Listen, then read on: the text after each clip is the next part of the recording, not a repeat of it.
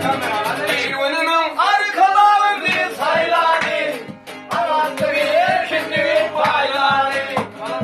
Arayan arzuları, kadın haları, Türkmeninin kutlu olsun bayram.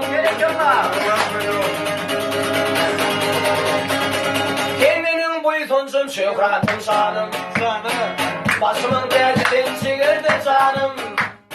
Dünya dursundur sen Türkmeni sanım, Türkmeninin kutlu olsun bayram.